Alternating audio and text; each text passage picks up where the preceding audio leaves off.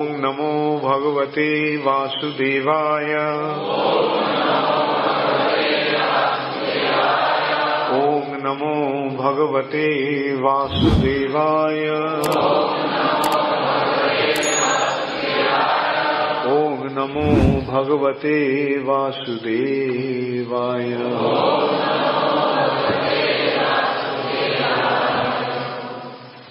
श्रीमद् भागवत तृतीय स्कंध पंचविंशति अध्याय भगवत भक्तिर महिमा। सतां प्रसंगान् मम वीर्य संविदो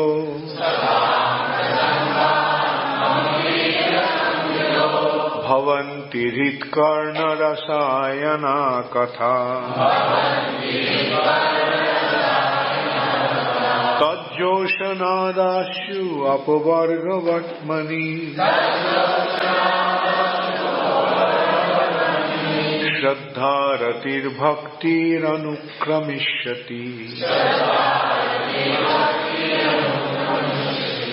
শুদ্ধ অনুবাদ শুদ্ধ ভক্তদের সঙ্গে পরমেশ্বর ভগবানের লীলাবিলাস এবং কার্যকলাপের আলোচনা হৃদয় ও কর্ণের প্রীতি সম্পাদন করে এবং সন্তুষ্টি বিধান করে। এই প্রকার জ্ঞানের আলোচনার ফলে ধীরে ধীরে মুক্তির পথে অগ্রসর হওয়া যায়। এইভাবে মুক্ত হওয়ার পর যথাক্রমে প্রথমে শ্রদ্ধা, পরে রতি ও অবশেষে প্রেম ভক্তির উদয় হয়। তাৎপর্য: কৃষ্ণ ভাবনামৃত এবং ভগবত ভক্তির পথে অগ্রসর হওয়ার পন্থা চেষ্টা করতে হয়। এই প্রকার সঙ্গ ব্যতীত ভগবত ভক্তির পথে উন্নতি সাধন করা সম্ভব নয়। কেবল ব্যবহারিক জ্ঞানের দ্বারা অথবা অধ্যয়নের দ্বারা যথাযথভাবে উন্নতি সাধন করা সম্ভব নয়। বিষয়ী সঙ্গ ত্যাগ করে ভগবত ভক্তের সঙ্গ করার চেষ্টা করা উচিত। কেননা ভগবত ভক্তের সঙ্গ ব্যতীত পরমেশ্বর ভগবানের কার্যকলাপ হৃদয়ঙ্গম করা যায় না। মানুষ সাধারণত পরম তত্ত্বের নির্বিশেষ রূপকে স্বীকার করে। যেহেতু তারা ভগবত ভক্তের সঙ্গ করে না, তাই তারা বুঝতে পারে না যে পরম তত্ত্ব হচ্ছেন এক সবিশেষ পুরুষ এবং তার কার্যকলাপ রয়েছে। এইটি অত্যন্ত কঠিন বিষয় এবং যতক্ষণ পর্যন্ত না পরম তত্ত্বের সবিশেষ রূপ সম্বন্ধে অবগত হওয়া যায় ততক্ষণ ভক্তির কোনো অর্থই হয় না। সেবা বা ভক্তি নিরাকার বা নির্বিশেষ কোনো কিছুতে করা যায় না। সেবা কোনো ব্যক্তিকে করতে হয়। শ্রীমদ্ ভাগবতে এখানে অন্যান্য যে সমস্ত বৈদিক শাস্ত্রে শ্রীমদ্ ভাগবত এবং অন্যান্য বৈদিক শাস্ত্রে পরমেশ্বর ভগবানের কার্যকলাপের বর্ণনা করা হয়েছে, অভক্তরা সেগুলি পাঠ করে কৃষ্ণ ভক্তির মূল্য নিরূপণ করতে পারে না।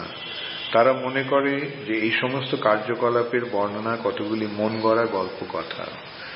ভগবত ভক্তির মহিমা তারা হৃদয়ঙ্গম করতে পারে না, কেননা যথাযথভাবে ভগবত ভক্তি সম্বন্ধে তাদের কাছে বিশ্লেষণ করা হয়নি।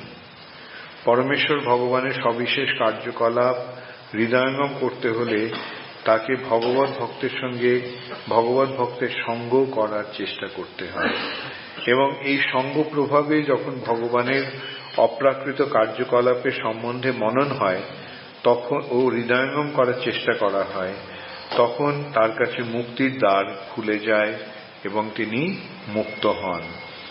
পরমেশ্বর ভগবানের প্রতি যার সুদৃঢ় শ্রদ্ধা রয়েছে তিনি নিষ্ঠাপরায়ণ হন এবং ভগবান এবং তার ভক্তদের সঙ্গ করার প্রতি তার আকর্ষণ বর্ধিত হয়। ভগবত ভক্তের সঙ্গ করা মানে ভগবানের সঙ্গ করা। যে ভক্ত এইভাবে সঙ্গ করেন তার ভগবানের সেবা করার বাসনা বর্ধিত হয় এবং তারপর ভগবত ভক্তির চিন্ময় স্তরে অবস্থিত হওয়ার ফলে তিনি ধীরে ধীরে সিদ্ধি লাভ করেন। কপিল দেব তার মা দেবাহুতিকে এই উপদেশ দিচ্ছেন। এইখানে আমরা দেখতে পাচ্ছি এক সময় দেবহুতি এবং কর্দমনের দুজনেরই জ্ঞান ছিল, জানা ছিল যে তাদের যে পুত্র তিনি হচ্ছেন স্বয়ং ভগবান। এবং দেবহূতি তাই একসময় কপিল দেবকে প্রশ্ন করলেন যে এই জড়জগতের যে দুঃখময় পরিস্থিতি, এই পরিস্থিতি থেকে উদ্ধার লাভের উপায় কি? ইন্দ্রিয় সুখ ভোগের যে দুঃখময় পরিস্থিতি, এই পরিস্থিতি থেকে কিভাবে উদ্ধার লাভ করা যায়? আমি এই জঘন্য ইন্দ্রিয় তৃপ্তি সুখ ভোগের চেষ্টায় প্রতি পূর্ণভাবে বিরক্ত হয়েছি। তখন কপিল দেব তার মাকে উপদেশ দিতে শুরু করেন, এবং এই যে উপদেশ, সেটি এই অধ্যায়ে ভগবত ভক্তির মহিমার মাধ্যমে বর্ণিত হয়েছে। কপিল মুনি তার মাকে কি বোঝালেন? তিনি বোঝালেন যে এই জড়জগতের বন্ধন থেকে মুক্ত হওয়ার একমাত্র উপায় হচ্ছে ভগবত ভক্তি। ভগবত ভক্তি ছাড়া জড়জগতের বন্ধন থেকে মুক্ত হওয়ার আর কোনো উপায় নেই। এই তত্ত্ব বিশ্লেষণ করতে করতে কপিল মুনি এই শ্লোকটিতে এসেছেন। এই শ্লোকটিতে তিনি কি বিশ্লেষণ করছেন? শতাং প্রসঙ্গান মম বীর্য সংবিদ। সৎ মানে সাধু, আর সাধু মানে ভগবত ভক্ত। সাধু মানেই হচ্ছে ভক্ত। সাধু মানে এই নয় লম্বা লম্বা বড় চুল থাকলে অথবা দাড়ি থাকলেই সাধু হয় না, অথবা গেরুয়া কাপড় পরলেই সাধু হয় না। সাধুকে মহাত্মানস্তু মাং পার্থ দৈবী প্রকৃতি আশ্রিত। যিনি ভগবানের দৈবী প্রকৃতি বা অন্তরঙ্গ শক্তি অর্থাৎ ভগবত ভক্তির পন্থা অবলম্বন করেছেন, তিনি হচ্ছেন মহাত্মা বা সাধু। তো এখানে তিনি বলছেন যে শতাং প্রসঙ্গান, এই সাধুদের প্রসঙ্গান মানে সঙ্গ প্রভাবে, সাধুদের সঙ্গ করার ফলে মম বীর্য সংবিদ, আমার মহিমা সমন্বিত বা আমার বীর্য সমন্বিত ভগবত কথা প্রকাশিত হয়। কেননা ভগবানের ভক্ত সঙ্গ করলে ভক্ত কি শোনাবে? ভগবানের ভক্ত সঙ্গ প্রভাবে কি আমরা এই ভৌতিক জগতের কাহিনী শুনতে পাই? না, ভগবানের সঙ্গ প্রভাবে আমরা ভগবানের লীলাবিলাসের কথা, ভগবানের মহিমার কথা আমরা শ্রবণ করতে পারি। এই যেমন আপনারা এখন অনেকে এই তীর্থ ভ্রমণে বেরিয়েছে। তীর্থ ভ্রমণে ভক্ত সঙ্গ হচ্ছে, আশ্রয় গৌরাঙ্গ প্রভুর সঙ্গ হচ্ছে এবং অন্যান্য ভক্তদের সঙ্গ হচ্ছে। তার ফলে কি কথা হচ্ছে? ভগবানের কথা হচ্ছে। তো তার মানে তাহলে দেখা যাচ্ছে ভগবত ভক্তের সঙ্গ প্রভাবে কি হয়? ভগবত ভক্তির, ভগবানের লীলাবিলাসের এবং ভগবত তত্ত্বের মহিমা আমরা জানতে পারি। তার ফলে কি হয়? ভবন্তি, ভবন্তি শব্দটার অর্থ কি? হয়। ভবন্তি হৃৎকর্ণ রসায়না কথা, হৃদয় এবং কর্ণের রস আয়ন। রস আয়ন, রসটা কি বস্তু? রস বস্তুটা হচ্ছে আনন্দের ভিত্তি, যার মধ্যে দিয়ে আনন্দ আস্বাদন হয় বা হৃদয়ের ভাবের উপলব্ধি হয়, সেটি হচ্ছে রস। এবং এই রসায়ন, এই রসের প্রভাবের দ্বারা প্রভাবিত হয়ে আমরা প্রকৃত আনন্দ আস্বাদন করতে পারি। ভবন্তি হৃৎকর্ণ রসায়না কথা, অর্থাৎ ভগবত ভক্তের কাছে ভগবানের মহিমা শ্রবণ করার ফলে কি হয়? হৃদয় আনন্দে ভরে যায়, তাই নয় কি? না, ভক্তের কাছে ভগবানের কথা শুনলে মনের হৃদয়ে ব্যথার অনুভূতি হয়, হয় না? তো ভেরি গুড, অনেকের হয়। রাবণের হতো, রামের মহিমা শুনলে রাবণের হৃদয়ে জ্বলে যেত। দুর্যোধনেরও, যুধিষ্ঠির এবং পাণ্ডবদের মহিমা শুনে, কৃষ্ণের মহিমা শুনে ওর একেবারে হৃদয় জ্বলতে থাকতো। নিজেই বলতো যে এক অসহ্য আগুনে আমার হৃদয় জ্বলে যাচ্ছে। তো কিন্তু ভক্তের হৃদয়, ভক্তের কাছে ভগবানের কথা শুনলে কি হয়? রসায়না কথা, আনন্দের উন্মেষ হয়, আনন্দের উদয় হয়। এবং তার ফলে কি হয়? তজ্জোষণাৎ, তার ফলে আশু, শীঘ্রই। আশু মানে খুব তাড়াতাড়ি। তজ্জোষণাৎ আশু সেই অনুশীলনের ফলে শীঘ্রই, অর্থাৎ ভগবত ভক্তের কাছে ভগবানের লীলাবিলাস শোনার ফলে শীঘ্রই, অচিরেই অপবর্গ বর্তমনি, যে মুক্তির পথ প্রশস্ত হয়ে যায়। ইয়েতে যেমন পবর্গ শব্দটার অর্থ কি? পবর্গ হচ্ছে ভৌতিক জগতের যে স্থিতি, সেটা হচ্ছে পবর্গ, জড় জাগতিক স্থিতি। জড়জাগতিক স্থিতিতে কি হচ্ছে? জড়জাগতিক স্থিতি হচ্ছে পবর্গ কি? প ফ ব ভ ম। এই যে এতে কটা বর্গ আছে বাংলা ইয়েতে? 5টা। কি বর্গ? ক, চ, ট, ত, প। ক বর্গ, চ বর্গ, ট বর্গ, ত বর্গ এবং সবশেষে প বর্গ। আর এই প বর্গতে কি কি শব্দ আছে, কি কি অক্ষর আছে? প ফ ব ভ ম। এই প বর্গ হচ্ছে ভৌতিক জীবনের প্রতীক। যেমন পতে কি? পতে হচ্ছে পাপ অথবা পরিশ্রম, এবং তারপরে এই পরিশ্রমের ফলে কি হচ্ছে? ফেন।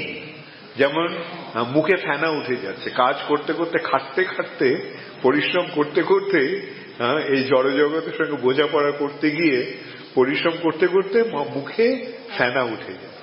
ফ, তারপরে ব, এই সমস্ত পরিশ্রম, এই সমস্ত প্রচেষ্টা ব্যর্থ। তারপরে কি হচ্ছে? ভতে ভয়, আর তারপরে মতে মৃত্যু। তো এই যে পবর্গ, সেই পবর্গটা বিনষ্ট হয়ে যায়, তাই বলা হচ্ছে অপবর্গ। অ মানে না, অ মানে নিষেধ। এই পবর্গ নিষেধ হয়ে যাচ্ছে। সাধু সঙ্গের কৃষ্ণ কথা শ্রবণের ফলে কি হচ্ছে?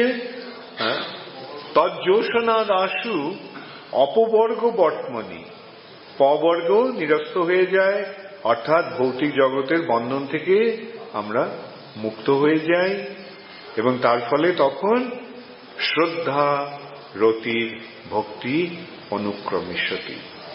শ্রদ্ধা রতির ভক্তির অনুক্রমিষ্যতি। এই যে শ্রদ্ধা রতির ভক্তি মানেই এই ভক্তির পথটি প্রশস্ত হতে থাকে। যেমন ভক্তির শুরু হয় কোত্থেকে? শ্রদ্ধা থেকে। আদৌ শ্রদ্ধা থেকে কি আসছে? আদৌ শ্রদ্ধা। তার ফলে কি হয়? শ্রদ্ধার ফলে সাধু সঙ্গ। এখানে আমরা দেখছি আবার সাধু সঙ্গের প্রভাবে শ্রদ্ধা হচ্ছে, আবার শ্রদ্ধা থেকে সাধু সঙ্গ হচ্ছে। এ পরস্পর সম্পর্কযুক্ত। শ্রদ্ধার ফলে কি হয়? আদৌ শ্রদ্ধা, তত সাধু সঙ্গ। সাধু সঙ্গের ফলে কি হয়? ভজনক্রিয়া। এই ভজনক্রিয়ার ফলে অনর্থ নিবৃত্তি। এই ভগবত ভক্তির অনুশীলনের ফলে অনর্থের নিবৃত্তি হয়। অনর্থ কি? অনর্থ মানে অনর্থ, যার কোনো অর্থ নেই। যে কাজকর্মগুলি, যে ক্রিয়াকলাপগুলি নিরর্থক, করার ফলে কোনো লাভ হয় না, অনর্থ নিবৃত্তি। তার ফলে কি হচ্ছে? তারপরে নিষ্ঠা, তখন ভক্তিতে নিষ্ঠা আসে। তারপর নিষ্ঠার ফলে কি আসছে? রতি। রতি মানে স্বাদ পাওয়া যায়, ভালো লাগছে, এটা হচ্ছে রতি। এবং রতির ফলে শ্রদ্ধা রতি থেকে আসছে ভক্তি, রতি থেকে ভাব, এবং ভাবের ফলে প্রেম। তো এইভাবে শ্রদ্ধা রতির ভক্তির অনুক্রমিষ্যতি। অনুক্রমিষ্যতি মানে ক্রমশ এর দৃঢ় থেকে দৃঢ়তর হচ্ছে। তো এইভাবে আমরা দেখতে পাচ্ছি সাধু সঙ্গের ফলে কি হয়? সাধু সঙ্গের প্রভাবেই আমরা প্রকৃত ভগবত ভক্তি লাভ করতে পারি। তো আপনারা সাধু সঙ্গ হচ্ছে? আচ্ছা, আপনারা কে কে ভগবত ভক্ত হতে চান?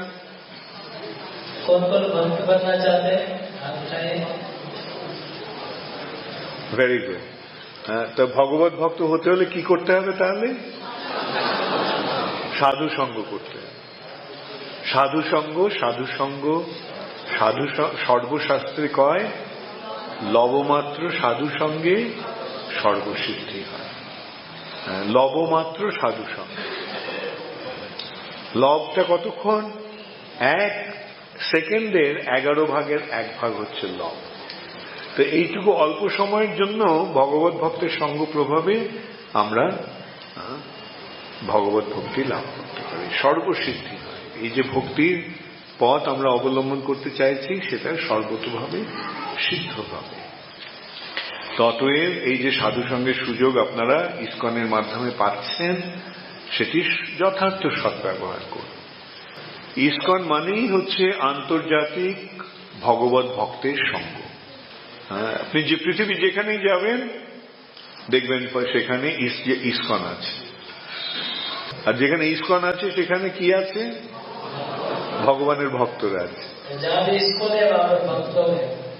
তো এইভাবে আমরা পৃথিবীর সর্বত্র ভগবত ভক্তের সঙ্গ লাভ করার সুযোগ পাচ্ছি। যেমন আপনারা কলকাতা থেকে যারা উজ্জয়িনীতে এসেছেন তারা এখানে ভক্ত সঙ্গ লাভ করছেন। হ্যাঁ, এই সঙ্গ লাভটা ভালো লাগছে। আচ্ছা, তারপরে কোথায় যাবেন? Somnath. There is a temple there? ও ঠিক আছে, তো আপনারা সকলে আছেন। মহাদেবের সঙ্গ, রাইট, মহাদেবের সঙ্গ পাবেন। Very good. বৈষ্ণবা নাম যথাসঙ্গ। এখানেও মহাদেবের লিঙ্গ আছে। জ্যোতির্লিঙ্গ 12টি জ্যোতির্লিঙ্গ আছে শিবের, তার মধ্যে উজ্জয়িনী হচ্ছে একটি। আবার এই স্থানটি হচ্ছে সান্দীপনী মুনির আশ্রম, যেখানে কৃষ্ণ এবং বলরাম শিক্ষার্থী হয়ে এসেছিল। আর ভগবত ভক্তির পন্থাটা অত্যন্ত সরল, খুবই সহজ।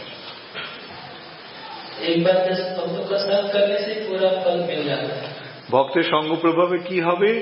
ভক্ত আমাদের কি বোঝাবে, বা ভক্তরা আমাদের কি বুঝিয়েছে? ভক্তরা বুঝিয়েছে যে কলিযুগের যুগধর্ম হচ্ছে হরিনাম সংকীর্তন। এবং কলিযুগে অর্থাৎ কলিযুগে আমরা যদি আধ্যাত্মিক প্রগতি করতে চাই তাহলে আমাদের হরিনামের আশ্রয় গ্রহণ করতে হবে। এবং এই নাম রূপে ভগবান যে অবতীর্ণ হয়েছেন তার সেবা কিভাবে হবে, তার ভগবানের পূজা এই কলিযুগে কিভাবে হবে? কলিযুগে ভগবানের আরাধনার পন্থা হচ্ছে শ্রবণ এবং কীর্তন। এই নাম, শ্রবণ এবং কীর্তন।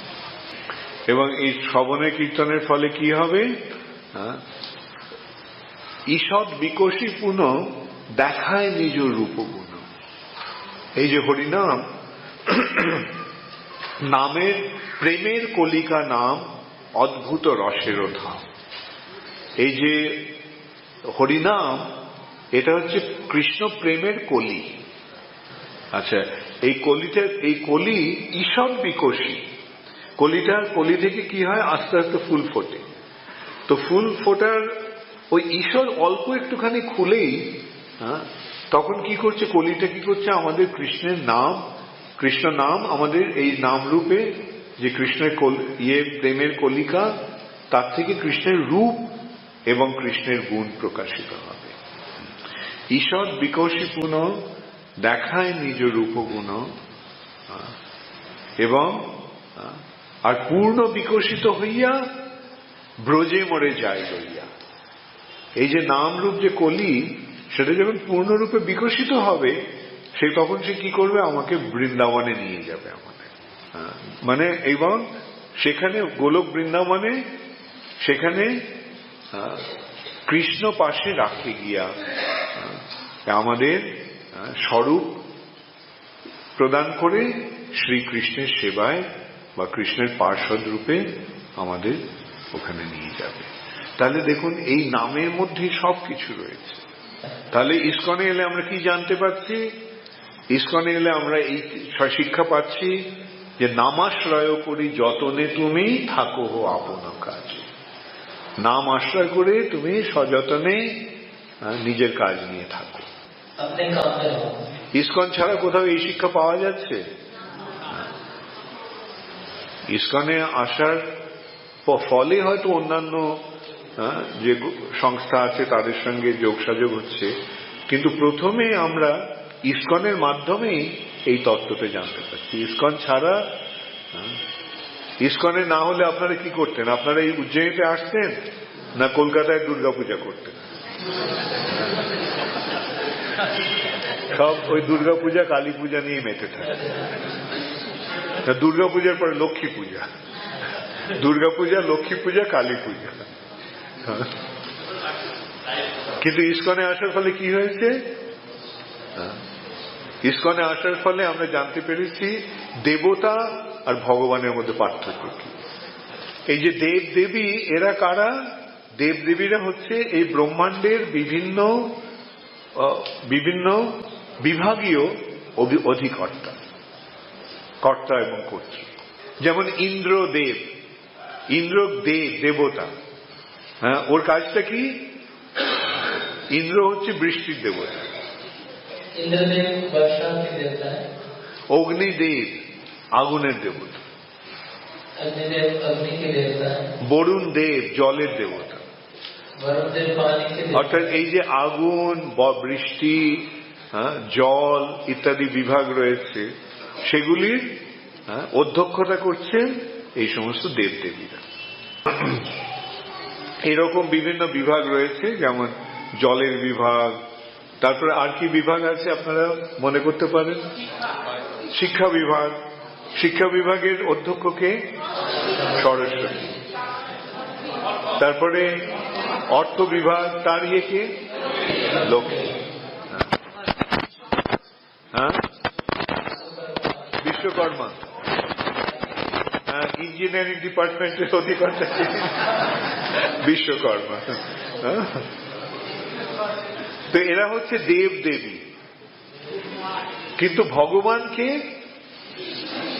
ভগবান আর দেবদেবী সমান না। ভগবানকে, ভগবান, ভগবান শব্দটার অর্থ কি হচ্ছে? ভগ অস্তি ইতি ভগবান। যার ভগ আছে তিনি ভগবান, যার ধন আছে তিনি ধনবান, যার গুণ আছে তিনি গুণবান। তাহলে ভগবান মানে যার ভগ আছে। এই ভগ বলতে কি বোঝানো হচ্ছে? যে যার মধ্যে সমগ্র ঐশ্বর্য, সমগ্র বীর্য, সমগ্র যশ, সমগ্র শ্রী, সমগ্র জ্ঞান এবং সমগ্র বৈরাগ্য রয়েছে, তিনি হচ্ছেন ভগবান। তাহলে ইসকন আমাদের কি শিক্ষা দিচ্ছে? প্রথমে আমাদের এমনিতে আমরা আগে কি ভাবতাম?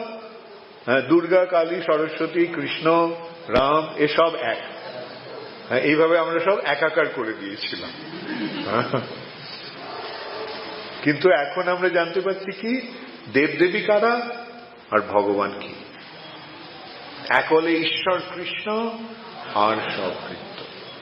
তো এইভাবে আমরা ইসকনের মাধ্যমে প্রকৃত তত্ত্বটি জানতে পেরেছি, এবং এই তত্ত্বটি যে যথাযথ সেটা কিভাবে আমরা প্রমাণ পাচ্ছি আমরা দেখছি। ভগবত গীতাতে এই কথাই বলা হচ্ছে, শ্রীমদ্ ভাগবতে এই কথা বলা হচ্ছে, ব্রহ্মসংহিতাতে এই কথা বলা হচ্ছে, সমস্ত বেদে এই কথা বলা হচ্ছে, সমস্ত পুরাণে এই কথা বলা হচ্ছে। অতএব এইভাবে প্রমাণিত হয়ে যাচ্ছে যে এইটি হচ্ছে প্রকৃত পন্থা। তো এই পথটি আপনারা গ্রহণ করেছেন? কে কে করেছেন? Very good. তো আপনারা সকলে নামার এই পথটিকে যথাযথভাবে অবলম্বন করে ভক্তির পথে অগ্রসর হয়ে আপনাদের জীবন সার্থক করুন।